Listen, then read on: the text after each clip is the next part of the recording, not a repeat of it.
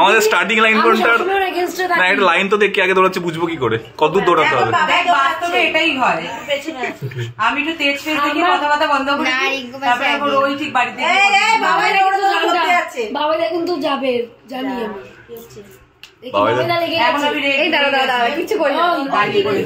বাবাইদা লেগে গেছে আসলে, একটু বুঝছে তাই ঘুরে আমার দিদির কাছে আসবে। লজিক খাটালে হলো, নিয়ে নাও না লজিকটা।